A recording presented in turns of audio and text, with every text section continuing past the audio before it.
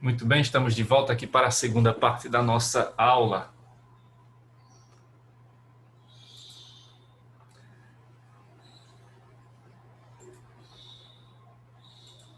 Antes de retomar aqui, deixa eu só ver aqui com vocês. Acho que Kênia acabou de entrar, não foi? Foi.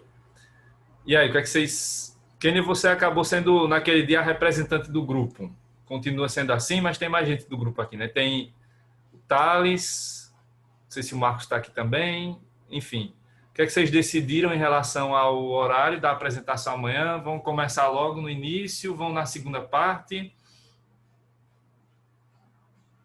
Oi, professor. A gente pode começar no início mesmo, para ficar melhor. Pronto. Então, eu começo a aula e logo em seguida já passo a palavra para vocês. Certo. Professor, eu posso mandar o slide para o senhor umas 7 horas, porque é basicamente a hora que eu vou chegar do trabalho e eu vou finalizar tudo. Sim, pode. Pode ser? Certo. Aí eu mando para o seu e-mail. Como é que eu mando? Manda aqui para esse... Eu vou passar pelo chat aqui o meu e-mail. Tá. Aí você manda por ele. Cadê?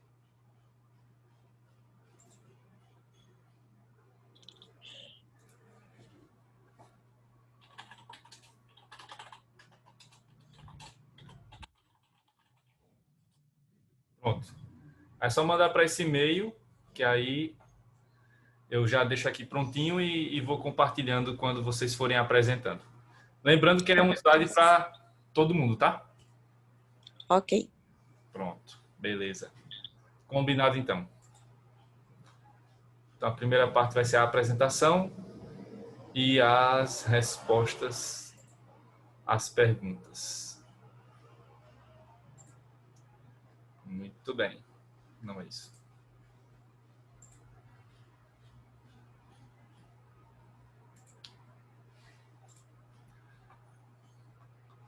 Pronto, então, definida aí a questão, perdão, dos seminários, agora vamos continuar aqui. Então, eu tinha falado, antes do intervalo aqui da parada estratégica, né, para a gravação da primeira parte da aula, dessas duas correntes, né, e aí é só a distinção, né, que há um cuidado maior em definir as diferenças entre ato jurídico e negócio jurídico na corrente pontiana. No caso da corrente que não segue, né, a linha do Ponce de Miranda, não há esse cuidado, apesar de que, se você for ler o conceito, né, a ideia do ato jurídico unilateral para Maria Helena Diniz, por exemplo, você vai ver que é a mesma coisa do negócio jurídico unilateral, só que eles não fazem essa distinção que o Ponce de Miranda faz, né, uma distinção mais detalhada. Mas aí a Maria Berenice Dias vem por fim a essa discussão, porque ela diz, olha, não adianta estar discutindo se é ato jurídico, se é negócio jurídico, porque hoje não representaria nada para o direito, né? A Maria Berenice Dias, ela afirma, né, que essa situação da aceitação da herança não representa mais nada para o direito. Por quê? Com a Sazini, a aceitação se confunde com a Sazini e não há mais por que, né, se analisar se é um ato, se é um negócio jurídico, porque é um ato agora imediato, automático. Então, não haveria necessidade de se analisar mais a fundo essa situação. Então, essa é a posição, digamos, dissonante, porque se você tem aí, se fôssemos colocar em porcentagem, né, 99% dos autores vão ficar com a corrente 1 ou a 2, e aí a Maria Berenice Dias vem isoladamente com a terceira corrente, né? Apesar de que existe realmente essa relação, né, da Sazini com a aceitação, mas ainda há essa necessidade da doutrina de discutir, de analisar como é que funcionaria esse ato jurídico da aceitação. E aí, né, para os autores pontianos, para quem segue essa corrente do Ponce de Miranda, é mais adequado falar em negócio jurídico unilateral, né, justamente por conta da questão da manifestação de vontade, com possibilidade de escolha e com as consequências dessa escolha, né, se refletindo nesse ato. Para os autores que não seguem a linha pontiana, ou para as pessoas que não seguem a linha pontiana, seria o ato jurídico unilateral, mesmo, né, sem tanta preocupação com distinções. E aí, se alguém segue a Maria Berenice Dias, seria o nada jurídico. E qual corrente que, né, prevalece, ou qual corrente que eu vou cobrar? Não, aí fica a gosto de vocês, né, a gosto do freguês, porque a essa altura do campeonato, vocês já no nono período, vocês já sabem muito bem qual corrente vocês preferem, né? Porque já passaram aí vários períodos no direito civil, né, estudando a linha ponteana ou estudando por outros autores que não seguem a linha ponteana. Então, você já tem sua posição e aí sigam com ela, sejam coerentes com o seu posicionamento, né? Então, se vocês são favoráveis, né, se vocês sempre seguiram, né, os ensinamentos do Ponce de Miranda, Paulo Lobo, Marcos Mello, sigam com eles e aí, nesse caso, vão, né, afirmar que a aceitação é um negócio jurídico unilateral. E aí, se você segue outros autores como Maria Helena Diniz, o Pablo Stolze, Francisco Cali, etc., vão para o ato jurídico unilateral. E se vocês simpatizam já com a Maria Berenice Dias desde o direito das famílias, podem seguir com ela como o dada jurídico, né? Porque isso não importa tanto realmente, como a gente viu antes do intervalo, essas discussões sobre a aceitação já não interessam tanto aqui, porque elas não são discussões de fundo, né? Elas não são discussões na essência, que vão à essência do problema, né? Hoje é mais uma questão de discussão teórica mesmo, mas que não traz tantos reflexos para a realidade, certo?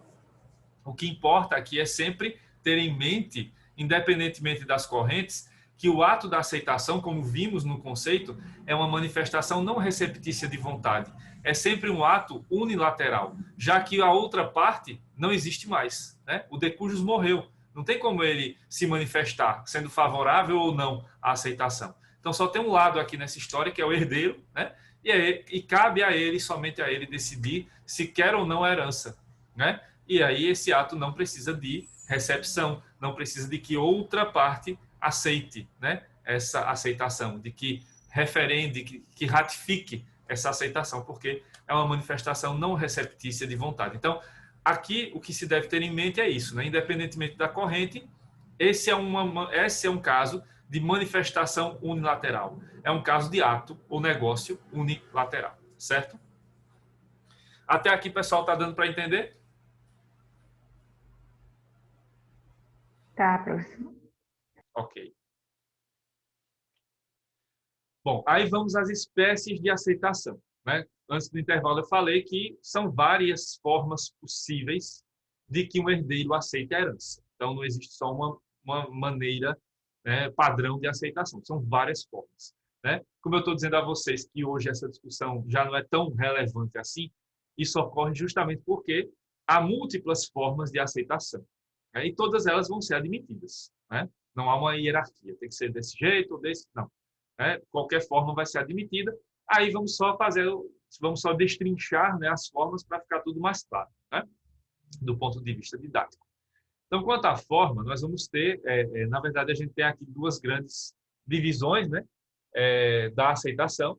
Então, quanto à sua forma e quanto à pessoa que aceita, certo? Então, são duas distinções que vão haver aqui, né, em relação à aceitação. Então, aceitação quanto à forma, quanto à sua forma, e a aceitação quanto à pessoa que aceita, né? Que pode ser a mesma pessoa, a própria pessoa, podem ser terceiros, né? Como a gente vai ver. Então, primeiro vamos ver a aceitação quanto à sua forma, tá? E aí existem variadas formas de aceitação. Temos a aceitação expressa, né? Vou passar aqui rapidinho, depois eu volto, né? Só para a gente memorizar as formas. Tem a expressa, tem a tácita e tem a presumida, tá? São três formas de aceitação. Aceitação expressa, tácita e presumida. Atenção somente à distinção que vai haver entre tácita e presumida, porque a aceitação tácita aqui não representa um ato tácito, né? Como vocês já aprenderam, várias situações em que tem aí uma manifestação tácita de vontade. Aqui, apesar do nome ser aceitação tácita, mas não é um ato estritamente de natureza tácita. Então, só atenção a isso depois, quando eu for explicar, para não confundirem, tá? Porque a manifestação tácita aqui ela aparece de outra forma, né? É engraçado isso. A doutrina colocou o nome, mas não corresponde exatamente ao que é a situação. Daqui a pouco eu falo melhor. Bom, quanto à forma, a primeira forma de aceitação, que é a mais segura, vamos dizer, né? A mais fácil de ser percebida, né? A mais perceptível, é a aceitação expressa, né? A aceitação expressa, ela é manifestada por meio escrito, né? Então, é uma manifestação escrita do herdeiro. Na aceitação expressa, não vale a manifestação verbal. mesmo que acompanhada por testemunhas. Agora, atenção. Não quero dizer com isso que a manifestação verbal não é admitida, tá? Ela vai ser admitida, mas não sob essa forma, tá? Quando falamos em aceitação expressa, ela só pode ocorrer por meio de manifestação escrita, tá? Manifestação verbal, não. E nem é todo tipo de manifestação escrita. Ainda tem esse detalhe, né? Então, aqui, né, a manifestação é escrita, na expressa. Então, manifesta-se, aceita-se a herança expressamente por meio de uma manifestação escrita. Manifestação verbal do herdeiro apenas dizer eu sou o herdeiro, eu quero ser herdeiro, não é manifestação expressa. Porque a expressa é por meio de manifestação escrita. Certo? Isso é o que consta na primeira parte do artigo 1805 do Código Civil, que determina a aceitação da herança, quando expressa, faz-se por declaração escrita. Certo? Então, é a determinação do Código Civil, a determinação clara do Código Civil. A aceitação expressa é por escrito, certo? Só por escrito. Claro, lembrando, mais uma vez, não quer dizer que essa é a única forma, porque tem várias. Mas se você vai aceitar a herança expressamente, tem que seguir essa formalidade. Tem que ser por meio de declaração escrita, certo? O que a doutrina entende em relação a essa manifestação escrita? Bom, o posicionamento majoritário aqui é favorável a que a declaração escrita seja feita por meio de instrumento público, tá? Então, tem que ser feita por meio de instrumento público, a declaração escrita. Escrito privado não seria enquadrado nesta primeira modalidade de aceitação. Então, deveria ser, então, uma escritura pública, de maneira geral, né? Então, a aceitação expressa deve ser feita por meio de instrumento público, e aí a doutrina vai mais além e diz, olha, deveria ser uma escritura pública, tá? Escrito privado não seria colocado como aceitação expressa. Então, você apenas anotar num papel, em casa mesmo, né? Ah, eu quero ser herdeiro do meu pai, eu quero ser herdeiro da minha mãe. É isso, claro, depois da morte, né? Porque, como eu já falei, não existe aceitação antecipada. Então, depois da morte, alguém vai e assina um documento lá, um papel que seja qualquer, em casa, né? Expressando isso por escrito. Não é aceitação expressa aqui, né? A aceitação expressa é por meio de escritura pública. Aí sim valeria como aceitação expressa, certo? Uma das modalidades de aceitação, claro, não é a única. Então, concluindo dessa primeira forma, a aceitação expressa ocorre por meio de instrumento público, declaração escrita, instrumento público, escritura pública. Só dessa maneira, segundo a doutrina, é que o herdeiro poderia se manifestar expressamente, aceitando a herança. Certo? Bom, aí temos a segunda forma de aceitação, que é a aceitação tácita. Bom, a aceitação tácita ela já vai ser muito mais abrangente do que a aceitação expressa, né? Porque a expressa tem toda essa formalidade, tem que ser por escrito, instrumento público, escritura pública. Aqui não, aqui já temos uma abrangência maior, né? Inclusive para abarcar as outras modalidades que não foram admitidas pela expressa, né? Então, instrumento particular, escrito privado, entram aqui. A afirmação verbal entra aqui também, né? Então, na aceitação tácita, vamos ter atos positivos e negativos, compatíveis com a condição de herdeiro. Ações ou omissões, né? Situações que vão denotar que aquela pessoa é herdeira, tá? O artigo 1805 do Código Civil, segunda parte, e os seus parágrafos vão definir algumas situações que se configuram nesta modalidade. Então, vamos conferir quais seriam as situações exemplificativamente que o Código Civil coloca, porque são várias situações, né? A gente vai ver as principais, mas nada impede que outras existam e ocorram, né? Já que o rol aqui é exemplificativo. Na verdade, é um rol amplo, né? Porque vocês nem vão ter os atos em si, né? vamos ter uma descrição em geral do que seriam esses atos. Então, a aceitação da herança, quando tácita, há de resultar tão somente de atos próprios da qualidade de herdeiro. Então, a aceitação tácita é colocada dessa maneira. Resulta tão somente de atos próprios da qualidade de herdeiro, ou seja, atos que são praticados pelo herdeiro e que configuram atos próprios de um herdeiro, né? São atos que vão denotar, que vão passar, né, para a sociedade, né, para todos, né, a impressão de que aquela pessoa quer ser herdeira, mesmo que ela não manifeste isso expressamente, diga eu sou herdeiro, né? Bata no peito e diga eu sou herdeiro. Não, não necessariamente. Mas os atos que ela está praticando vão denotar essa possibilidade, né, de que ele seja o herdeiro. Aí o parágrafo 1º vai mais além, né, e vai começando a determinar que atos seriam esses.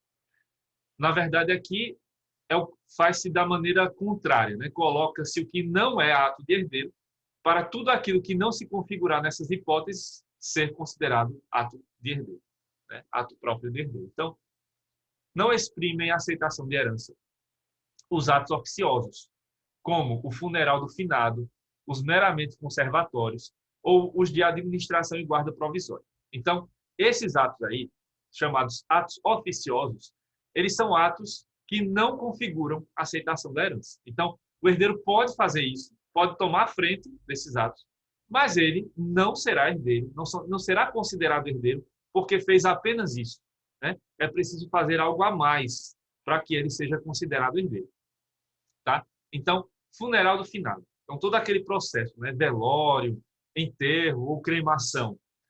Um dos herdeiros pode, ou uma das pessoas da família, né? Não podemos chamar ainda de herdeiro, uma das pessoas da família toma a frente da situação. Né? Sempre tem alguém na família que é assim, né?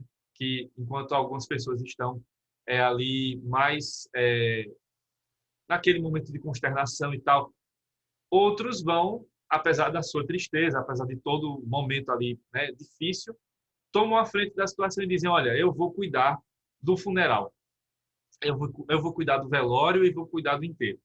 E aí, essa pessoa toma a frente e faz todos os atos. Você poderia pensar, num primeiro momento, essa pessoa, porque cuidou do funeral, é herdeira. Não, né? Porque aí está bem expresso no parágrafo 1º do 1805 que isso não é um ato que configura aceitação. Então, cuidar do funeral do falecido não significa que a pessoa aceitou a herança. É preciso algo a mais, né, para que ela seja considerada herdeira, tá? Atos meramente conservatórios. São aqueles atos que são feitos, são praticados pelo familiar, pelo parente, né, para manter as relações jurídicas ali, né, mais ou menos estáveis, logo que o falecido, né, passou dessa para uma melhor, logo que a pessoa faleceu, né? Então, por exemplo, hoje são 11 de março de 2021, e aí o parente de uma pessoa falece. E tinha contas a pagar hoje, né? Contas vencendo hoje. Então, boletos que se venceriam no dia 11 de março. Então, apesar de toda a tristeza e tudo mais, a pessoa vai lá, né? E pega as economias, né, que estavam lá guardadas do falecido para pagar esse boleto e vai lá e paga. Ou então ele paga do próprio bolso mesmo, né?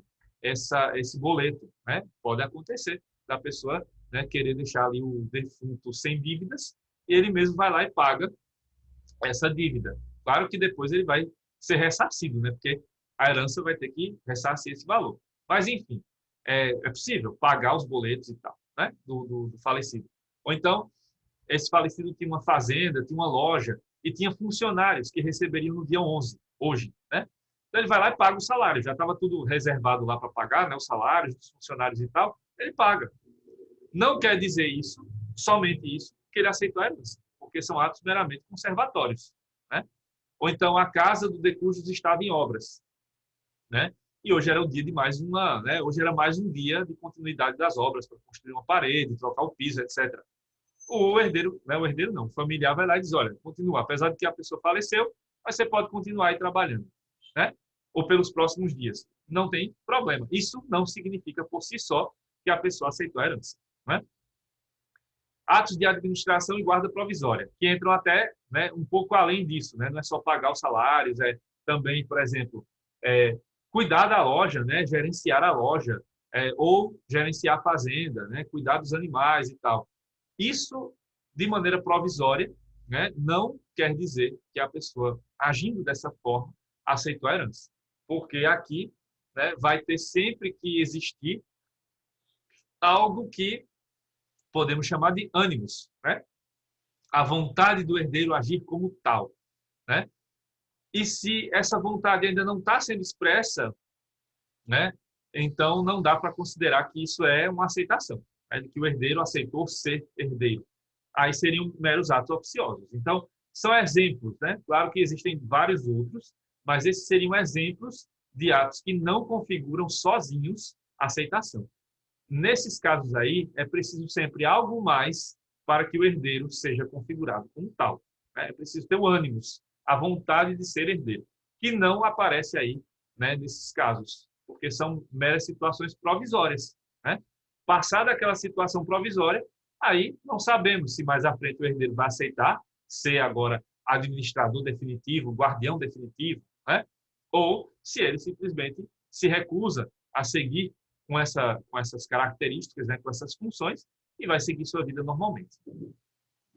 Já no parágrafo 2º, aqui tem uma determinação que vai ficar mais clara para a renúncia, para a cessão da herança, então não vou falar tanto disso hoje, né? Não importa igualmente a aceitação, a cessão gratuita, pura e simples, da herança aos demais co-herdeiros. Então, amanhã, provavelmente, o grupo da renúncia vai falar melhor sobre esse parágrafo 2º, não vou falar sobre ele agora, né? Bom, dando continuidade a essa questão da aceitação tácita, lá mais à frente no Código Civil, o artigo 1998 vai deixar mais claro o que significam essas questões sobre velório, né? Sobre as despesas funerárias, né? Os atos oficiosos relacionados ao funeral do falecido, né? Então, vamos ver o que aqui determina o artigo 1998. As despesas funerárias, haja ou não herdeiros legítimos, sairão do monte da herança. Mas as de sufrágios por alma do falecido só obrigarão a herança quando ordenadas em testamento codicil. Então, tem duas determinações importantes aí. Primeiro, mais claramente, a questão das despesas funerárias. Ou seja, as despesas que as pessoas terão para comprar o caixão, né, para fazer o velório e o enterro ou cremação do falecido. Tudo isso entra como despesas funerárias. Lá, o 1805 já deixou claro, essas despesas não são aceitação da herança. Por que não são? Justamente por conta dessa consequência aí. As despesas funerárias sairão do monte da herança. Então, quem paga essas despesas é o espólio, ou seja, é a herança, é o patrimônio deixado pelo de cujus, certo? Não são os herdeiros que vão pagar o funeral, é o patrimônio da herança. No primeiro momento, lá na hora mesmo, né, do funeral, pode até ser, e muitas vezes é isso que acontece mesmo, que essa pessoa, que esse parente, né, vai pagar essas despesas, tá? Mas mais à frente, quando o inventário for configurado, o inventário, né, o espólio, os bens da herança, vão ter que ressarcir esse parente daquelas despesas que foram contraídas para que fosse feito o funeral, para que fosse comprado o caixão e para que a pessoa fosse enterrada ou cremada. Então, no primeiro momento, pode até ser que essa pessoa pague por isso, mas depois ela vai poder pedir à herança, ao espólio, esse ressarcimento do valor, certo? Isso acontece justamente pelo fato de que a pessoa que fica responsável pelo funeral, né, por todo o procedimento do funeral, não é herdeira, né? Porque esse ato não configura aceitação. Por essa razão, então, essas despesas são da herança, são do patrimônio deixado pelo de cujus, certo? Então, as despesas funerárias não compreendem herança, não compreendem despesas do herdeiro, não compreendem despesas, não compreendem sequer a situação do herdeiro, né? Porque não há aceitação por isso. É preciso algo a mais para que o herdeiro se configure como tal. E aí vem a segunda parte do artigo que trata, né, da questão dos sufrágios pela alma do falecido. Para quem é católico, né, lembra sempre que tem lá missa de 7º dia, missa de 30º dia, missa de 1 ano pela morte da pessoa. Em alguns casos, pode ter até missa de corpo presente, né? Então, são pedidos que são feitos, né, muitas vezes na missa, né, pela alma da pessoa. Aqui podem ser pequenas doações também, certo? Então, pequenas doações de caridade que eram feitas ali constantemente para mendigos, para, né, outras pessoas mais necessitadas. Enfim, isso aí só vai existir, né, só vai persistir, né, após a morte do falecido. E esses atos de sufrágio pela alma do falecido, né, que na Igreja Católica seriam as missas de 7º dia, 30º dia, assim por diante. Nas outras religiões também podem existir atos, né, em homenagem a essas pessoas pós-mortem. Isso só vai obrigar a herança se forem ordenados em testamento codicil, certo? Então, esses atos de sufrágio, se for necessário pagar por algo, ou se for necessário fazer algo, né, ele só vai obrigar a herança. Ou seja, essas despesas só serão retiradas da herança ou do espólio se tiverem sido ordenadas pelo de cujus em vida, em testamento ou codicil. Os outros atos, né, eles são aí por conta de quem vai oferecendo ou pedindo por eles. Não necessariamente também sendo herdeiro, né? Porque só pedir lá para que o padre reze uma missa de 7º dia em homenagem à figura do falecido, não significa que aquela pessoa aceitou a herança também, né? Então, é isso, né, que se refere a essa questão do sufrágio pela alma do falecido. São os atos, né, de lembranças, de homenagens, ou realmente, né, de doações de pequeno monte que eram feitas pelo falecido constantemente e que ele quer que continuem sendo feitas após a sua morte. Isso só é possível se houver determinação expressa em testamento codicil, né, para que essas despesas corram por conta da herança. Se não houver essa previsão, aí fica por conta dos herdeiros ou das pessoas, né, de qualquer outra pessoa que queira fazer em nome dele, né? Mas aí não corresponde nem à aceitação da herança e nem à despesa que deva ser paga pela herança, certo? Então, sobre a aceitação tácita, né, em relação à questão das despesas funerárias, é isso que tem que ser destacado, certo? Até aqui está dando para entender as diferenças entre a aceitação expressa e tácita? Tá, professor. Ok. E aí, só concluindo aqui a aceitação tácita, né, porque não está muito bem expresso isso, né, porque, na verdade, o Código Civil fez algo só por exclusão, né, então, o que não for ato oficioso entra como aceitação tácita. Então, a aceitação tácita engloba, certo, a manifestação verbal. Então, uma pessoa fala para outra, né, eu quero ser herdeiro, né, ele tem direito à herança, é filho do falecido, e ela diz expressamente, eu quero ser herdeiro, eu quero ser herdeira. Isso vale como aceitação tácita. E se é um escrito privado, né, um documento, uma carta, enfim, um papel escrito lá, né, em que a pessoa confirma que a sua intenção de ser herdeira, isso configura aceitação tácita. Então, veja, apesar do nome ser aceitação tácita, mas não são atos de natureza tácita. Porque o fato de você falar expressamente que você quer ser herdeiro ou herdeira não é uma manifestação tácita de vontade, né? É uma manifestação expressa. Só que aqui, a manifestação expressa, segundo a doutrina, vai ser só por escrito público, né? Então, tudo que não foi escrito público entra na tácita. A tácita é como se fosse ali, né? Tudo que não foi escrito público entra na aceitação tácita. Então, por exclusão, todas as formas de aceitação possíveis que não se enquadrem na expressa ou na presumida vão ser tácitas, certo? Então, não é só manifestação tácita, manifestação expressa também, né? Verbal, por meio do escrito privado ou particular, entra aqui também, certo? E, claro, todo ato praticado com ânimos, né? Com a vontade de ser herdeiro. Então, a pessoa manifesta a vontade de ser herdeira, né? Pelos seus atos. Então, configuraria também a aceitação tácita, certo? E aí temos a terceira forma, que é a presumida.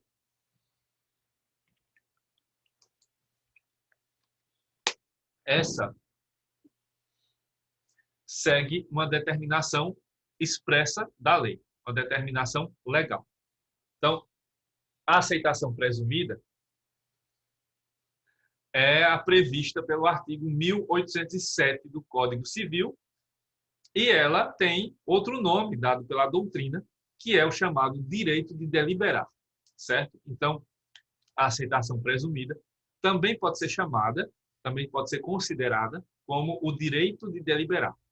E para que ocorra a aceitação presumida, deve-se seguir as formalidades previstas no Código Civil, no artigo 1807, que veremos agora. O que é que prevê o artigo 1807? O interessado em que o herdeiro declare se aceita ou não a herança poderá, 20 dias após a aberta a sucessão, requerer ao juiz prazo razoável, não maior de 30 dias, para nele se pronunciar o herdeiro, sob pena de se haver a herança por aceita. Então, o que é que acontece aqui? O herdeiro não se manifesta. Está indeciso, né? Se quer aceitar ou não a herança. Ou simplesmente não dá para saber se ele está indeciso, ou se ele não quer, ou se ele quer. Então, tem alguém interessado em saber se esse herdeiro quer ou não a herança, né? É outro herdeiro, que, claro, né, quer ver ali o seu quinhão bem delimitado, né? Então, os outros herdeiros têm interesse nisso. Ou podem ser credores desse futuro herdeiro, né? Essa pessoa tem dívidas a pagar. E essas dívidas poderiam ser pagas se essa pessoa aceitasse a herança. Então, esse terceiro interessado, que pode ser, por exemplo, outro herdeiro, né? Ou pode ser um credor desse herdeiro, não do de cujos, credor do herdeiro ou do futuro herdeiro, ele pode, então, ingressar judicialmente com esse pedido para, né, a deliberação, o direito de deliberar. Então, como isso vai ser feito? Espera-se até 20 dias após a abertura da sucessão. Então, o de cujos morreu, espera-se 20 dias para que essa pessoa manifeste a sua vontade. Se ela não manifestou essa vontade, então, esse terceiro interessado entra com esse pedido, né? E aí ele requer ao juiz um prazo razoável. Esse prazo ele vai ser estabelecido pelo juiz, né? Tem um máximo, o teto, né? Não pode ser maior do que 30 dias. Então, não pode ultrapassar 30 dias, mas pode ser menos do que 30 dias? Claro que sim, pode ser 20 dias, 15 dias, 10 dias, 5 dias, né? Então, é o juiz que vai determinar esse prazo. E aí, é dentro desse prazo estabelecido pelo juiz que o herdeiro deve se manifestar, se aceita ou não a herança, se aceita ou se renuncia à herança. Passou o prazo, e aí o que acontece? O herdeiro, né, se manifestou no processo, aceita a herança. Beleza, é herdeiro. Renuncio à herança. Renunciou. Ok. Ok? Não sabemos ainda. Amanhã o grupo da renúncia vai falar disso melhor, né? Se isso tá beleza, pode renunciar tranquilo ou se isso vai ter consequências, né? Então amanhã a gente vê isso melhor com o grupo da renúncia, né? Pode renunciar? Pode, mas isso vai ter consequências, aí o grupo da renúncia vai falar disso amanhã. E se ele não se manifestar? Passou o prazo, né? O juiz deu a ele, por exemplo, prazo máximo, 30 dias para ele se manifestar. E o, né, parente ali, seria o potencial herdeiro, não se manifestou, se calou. E aí? Aí vem a parte final do artigo que diz sob pena de se haver a herança por aceito. Então, aqui nesse caso, quem cala consente. E o fato da pessoa não ter expressado a sua vontade, o fato de ter ficado em silêncio, implica numa punição, porque isso aqui é uma sanção pela não manifestação de vontade. Então, se a pessoa não manifestou sua vontade, então vai se considerar forçosamente que ela aceitou a herança.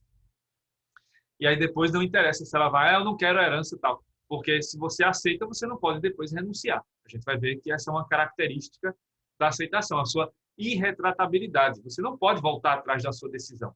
Então, se a pessoa não se manifestar nesse processo, então ela vai sofrer a sanção pela sua não manifestação de vontade, pelo seu silêncio, e aqui o silêncio implica em aceitação.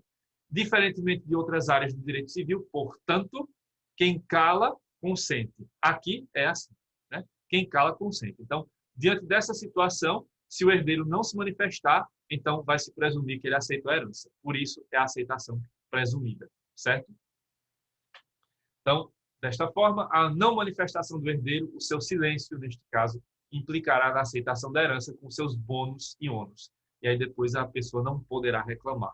Ah, não, mas eu não queria aceitar. Aí é tarde para se arrepender, porque ela teve tempo determinado pelo juiz para se manifestar e não se manifestou. Então, a sua não manifestação de vontade implica necessariamente aqui na imposição forçosa de que essa pessoa será herdeira, certo? Então, é assim que funciona a aceitação presumida.